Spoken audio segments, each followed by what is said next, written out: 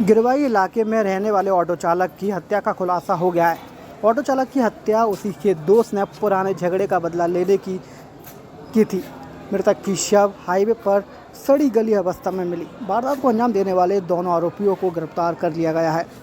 गिरवाई थाना क्षेत्र के सिकंदरकमपुर इलाके में रहने वाला मोंटी पुत्र भूरा निवास 27 मई को घर से ऑटो लेकर निकला था और अगले ही दिन घर नहीं पहुंचने पर गिरवाई थाना पुलिस को सूचना दी गई, जिस पर गुमशुदगी दर्ज कर ली गई। उसका ऑटो बुधवार को डबरा रोड पर खड़ा मिला था। उस पर खून के धब्बे लगे थे। एसपी धर्मेंद्र सिंह यादव का कहना है कि ऑटो चालक की गुमशुदगी की दर्ज कराई गई थी, जिस पर पुलिस टीम द्वारा उनकी तलाश की जा रही थी। उसका शव चिनौर रोड पर हाईवे के किनारे मिला।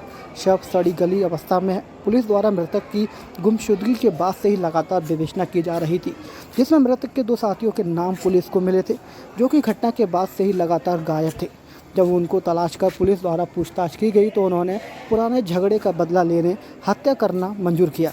पकड़े गए आरोपियों सचिन और अमन कुशवाहा ने ऑटो चालक को पार्टी करने के लिए हाईवे पर ले जाकर बेदर्दी से उसकी हत्या कर दी और शव को हाईवे के किनारे फेंक दिया। पुलिस अभी मृतक की पोस्टमार्टम रिपोर्ट का इंतजार कर रही है, जिससे पता चल सकेगा कि आरोपियों ने किस तरह हत्याकांड को अंजाम दिया। फिलहाल पकड़े गए दोनों आरोपियों से पूछताछ की जा रही है।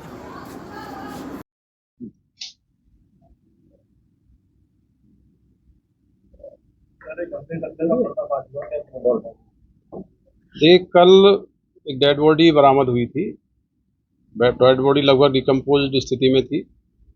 उसकी शनाख्त जो हुई मोंटी सविता के रूप में हुई। मोंटी सविता के बारे में जो जानकारी ली गई तो पता लगा कि ये 27 तारीख को अपने घर से लापता है।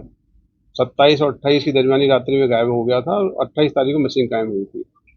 ये जानकारी परिवार ने दी थी। उसमें ये पता लगा था ऑटो चलाता है और इसका ऑटो भी जोरासी घाटी में लावारिस स्थिति में मिला था। ऑटो में कुछ ब्लड के स्टेन्स थे। ब्लड स्टेन्स की जांच हुई तो मानव रक्त के रूप में पता लगा। तो प्रेमा फेशिया लग रहा था कि इसके साथ कोई गंभीर घटना घटित हुई है, लेकिन 28 से लेके कल तक इसकी डेड बॉडी बरामद नहीं हुई थी।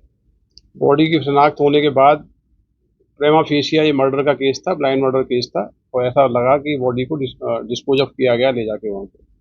तो इस केस को सुलझाने के लिए एडिशनल एसपी बर्धमान, डीएसपी चढ़ार साहब, थाना प्रभारी गिरवई, उनकी पूरी टीमें कल लगातार इन लोगों ने काम किया। तो लास्ट जो देखा गया था इसको अमन के साथ देखा गया था और इन लोगों से पूछताछ हुई तो पता लगा कि 2 व्यक्ति जो इस केस में अरेस्ट हुए, एक अमन अरेस्ट हुआ है और दूसरा ओम प्रकाश और सचिन। मोटिव बेसिकली ये है कि ओम प्रकाश और सचिन जो व्यक्ति है ये एक ऑटो चलाता था, ऑटो किराए का था।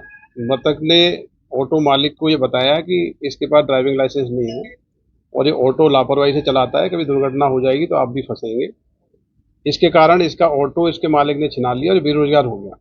तो सचिन को ये उससे नफरत थी कि इसने मेरी रोजी रोटी और रोजगार छुड़वा दिया है, ऑटो जमा करा लिया है। तो वो बदला लेने की नीयत से सचिन ने अपने साथी के साथ मिलके योजना बनाई और 27 और 28 तारीख को उन्होंने इंतजार किया।